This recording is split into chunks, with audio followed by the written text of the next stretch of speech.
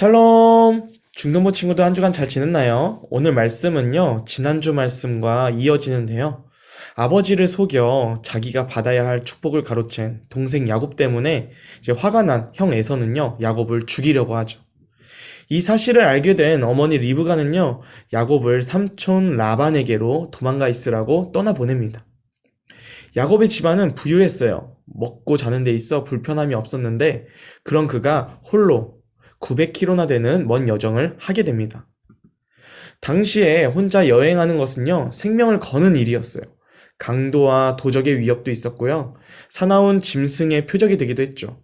그래서 혼자 여행하는 법이 없었는데, 야곱은 그러한 위협을 무릅써야 할 만큼 정말 다급한 상황이었습니다. 혹시나 형의 추격이 있을까봐 마을에는 갈 수도 없었고요. 해는 지기 시작하니 더 이상 앞으로 나아갈 수가 없었어요. 결국 그는 들에서 숨어 잠을 청하기로 합니다. 평소에는 좋은 베개를 베고 잤을 것이고 모든 것이 편했던 그가 그곳에 있는 돌을 베고 잔다라는 것은요, 상상도 못했을 거예요. 부유한 가정에서 자란 야곱이 그곳에 있는 돌 하나를 베고 유숙한다는 것은요, 그의 비참한 순간을 보여주고 있는데요. 축복을 받고자 노력했으나 자기 방법으로 얻은 축복의 결과는 이런 비참함을 가져오게 되었다는 거죠. 야곱은요, 이제 잠을 자는 중에 꿈을 꾸게 됩니다. 하늘과 자신이 누워있는 땅과 연결된 사닥다리가 있는데 그 사닥다리를 통해 천사들이 오르락내리락 하는 거죠. 이를 보다가 자신의 옆에 서 있는 어떤 한 분이 자신에 대해서 이렇게 소개하는데요. 그분은 아브라함의 하나님이자 이삭의 하나님이셨어요. 당시 고대 문명의 신화 속에서 신은요, 사닥다리의 꼭대기인 하늘에서 내려오지 않고 자신의 종들을 내려보내 땅을 다스린다는 이해가 있었습니다.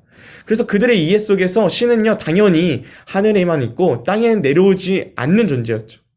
사람을 상종하지 않을 것이라는 생각을 그들 머리 안에는 있었다는 거죠. 그런데 하나님은 고대 문명 이해 가운데 있던 신들과는 다르게 이 땅에 지금 야곱 옆에 계신 거예요. 그러면서 하나님은요, 야곱을 축복하는데요, 다음과 같은 축복을 합니다. 너가 누워있는 땅을 내가 너와 너의 자손에게 주겠다. 너의 자손이 땅의 티끌같이 많을 것이다. 너와 너의 자손이 복의 근원이 될 것이다. 내가 너와 함께 있어 너가 어디로 가든지 너를 지키며 너를 이끌어 이 땅으로 돌아오게 할 것이다. 야곱은요, 부모님을 통해 하나님에 대해서 들었고요, 알고 있었어요. 그리고 할아버지 아브라함, 그리고 이삭, 그 아버지 이삭이 받았던 그 축복에 대해서도 알고 있었다는 거죠. 정말 비슷한 내용이죠. 그런데 하나님을 알고 있었음에도 불구하고 실제로 만나지는 못했던 거예요. 그래서 그 마음 안에는 이런 생각들이 있었던 거예요. 정말 하나님이 살아계실까? 하나님이 정말 나랑 상관이 있을까?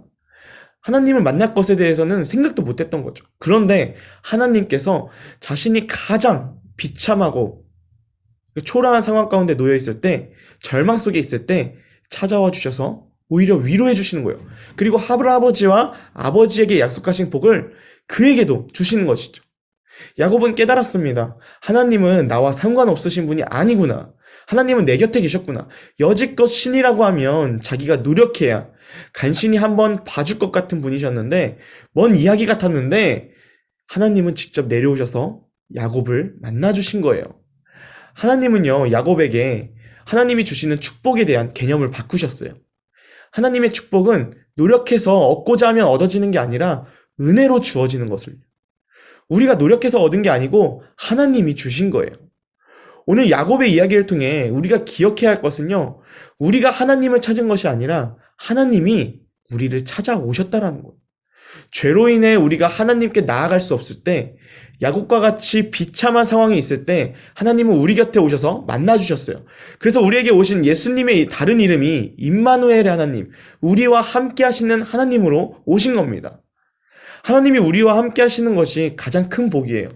도저히 하나님께 나아갈 수 없는 죄인을 하나님은 찾아와 만나주셨고 영원히 함께 하겠다고 약속하십니다.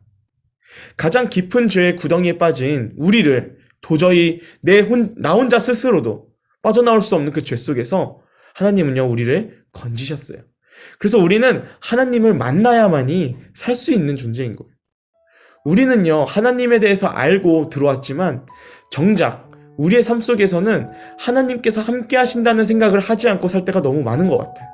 하나님이 나와는 상관이 있는지, 정말 살아 계시는지, 하나님이 계심을 알매도 우리는 눈에 보이는 것, 우리 자신을 더 믿고 살 때가 너무 많다는 거죠.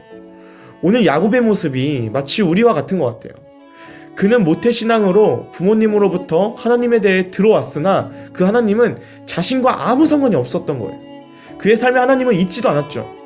그런 그가 하나님을 만나게 된 계기는요, 자기 자신에게 비참한 상황이 찾아왔을 때, 자신만을 믿고 자기 방법대로 세운 계획이 다 무너졌을 때, 외롭고 힘든 상황에 하나님을 보게 된 거예요. 하나님은 언제나 우리와 함께 하셨고 우리에게 위로가 되어주시기 원하시는 분이에요. 우리가 잘 나서가 아니라 우리보다 더 나은 사람들이 우리 주변에만 봐도 정말 많잖아요. 그럼에도 하나님이 우리와 함께 하시는 이유는요, 하나님께서 우리를 은혜로 선택하셨다는 거예요. 하나님은 자신의 전부인 하나뿐인 아들 예수님을 포기하신 만큼 우리를 사랑하십니다. 우리는 이러한 하나님의 사랑을 받는 특권을 누리는 자녀들이에요. 여러분, 하나님을 믿는다는 것, 신앙생활을 한다는 것은요, 하나님을 지식으로 아는 데서 그치는 게 아니라 하나님은 내 삶 속에서 항상 함께 하시는 분이구나, 이것을 항상 기억하며 사는 거예요. 그리고 그 하나님이 내 생명의 주인이시고 나에 대한 계획을 가지신 분이심을 믿는 것, 그래서 날마다 하나님을 의지하며 하나님을 의식하며 사는 것이 신앙생활이고 하나님을 믿는다고 할 수 있는 거예요. 우리가 하나님과 그분의 사랑을 아는 방법은 단 하나예요. 내 욕심, 나의 방법, 계획들을 고집하지 말고 하나님의 방법, 계획들을 믿는 겁니다. 그 믿음이 없으면 믿고 싶은데 믿음이 없다고, 우리가 믿음이 필요하다고 하나님께 구하는 자세가 필요한 거예요. 야곱이 지극히 낮아진 상황에 하나님을 만났듯이 우리도 우리의 것을 포기하고 낮아졌을 때 하나님은 찾아오셔요. 하나님을 볼 수 있어요. 하나님은 인격적이신 분이에요. 우리가 간절히 찾으면 하나님은 우리에게 찾아와 주셔서 알려주셔요. 우리의 아버지 되신 하나님을 알아가고 아버지의 것을 누리는 것은 자녀인 우리의 특권이에요. 그 특권을 잊지 말고 잊어버리지 말고 누리며 사는 우리 예글이나 중등부 친구들이 되길 소망합니다.